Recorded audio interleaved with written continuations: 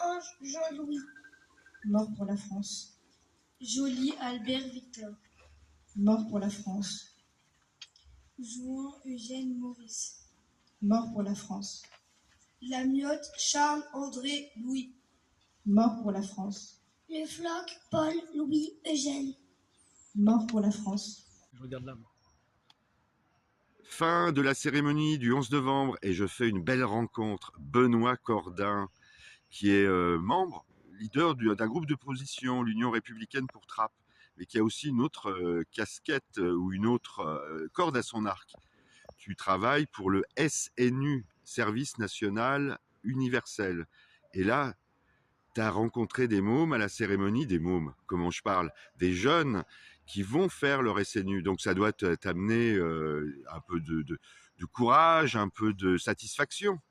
En tout cas, sur le plan politique, ça, je mettrai ça de côté. Mais en tout cas, pour tout ce qui concerne ces jeunes qui sont venus parler, prendre la parole, décrire ce qu'était la souffrance des personnes lors de la Première Guerre mondiale, ça a été un moment assez sympa. On a des jeunes qui sont du lycée Blériot à Trappes, qui ont montré leur volonté de s'engager pour les autres, de participer à la nation, de faire communauté ensemble. Et ça, c'était quelque chose d'extrêmement satisfaisant. Donc, une vraie satisfaction de voir des jeunes du SNU s'impliquer dans leur quotidien, dans leur ville. Et c'est bien l'illustration de ce que l'on veut mettre en place avec le SNU. C'est-à-dire de valoriser l'appartenance à une nation, à un esprit, à des valeurs, partager ces valeurs ensemble, partager notre histoire commune, malgré nos origines qui peuvent être parfois différentes. Cette histoire, c'est l'histoire de France, c'est notre histoire à tous. Et le SNU participe de cette volonté d'amener cette histoire à l'ensemble de la population française. Alors, le SNU est un peu critiqué. On dit que oui, ça pourrait être une ligne budgétaire supprimée pour faire des économies. Mais c'est combien le SNU au niveau national? Dans la projection d'une généralisation du SNU qui n'est pas pour l'instant prévue, ça pourrait coûter très cher, plusieurs milliards d'euros, mais on n'en est absolument pas là. Malgré ce que certains disent, le SNU, ça coûte entre 100 et 200 millions d'euros, ce qui est finalement très peu, puisque le principe du SNU, c'est l'universalité. L'ensemble des jeunes peuvent faire le SNU parce que c'est gratuit. C'est l'éducation nationale qui prend en charge ces frais-là. Et ça a un sens. Ça permet à l'ensemble des jeunes Français, quelles que soient leurs origines sociales, de pouvoir participer, de se retrouver ensemble et de découvrir leurs altérités. Des jeunes qui viennent des quartiers beaucoup plus favorisés, qui viennent de zones rurales, vont pouvoir rencontrer des jeunes issus de quartiers plus défavorisés. Et c'est ça qui crée une nation. C'est cette identité, cette appartenance et ce dialogue ensemble. Alors toi, tu es enseignant à la base. Ça te manque pas l'enseignement depuis que tu as basculé dans ce dispositif SNU?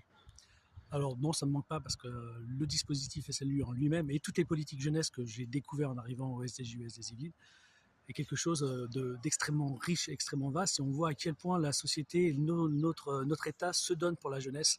Et le SNU, c'est aussi ce don, la mise en place de dispositifs, ce don d'énergie, de volonté, un peu d'argent bien évidemment, pour nos jeunes. Donc non, ça ne me manque pas parce que quand j'étais enseignant, je travaillais pour les jeunes. Maintenant, je travaille différemment. La pédagogie est différente, mais pour autant, c'est toujours au centre de nos projets, la jeunesse. Merci infiniment, Benoît, pour ces quelques mots. Merci à toi, Stéphane. À très vite. À bientôt. Voilà, chers amis de Trappes et d'ici Trappes, fin de notre petit sujet sur la commémoration de la Grande Guerre, comme il est écrit sur le monument aux morts, la Première Guerre mondiale, 1914-1918.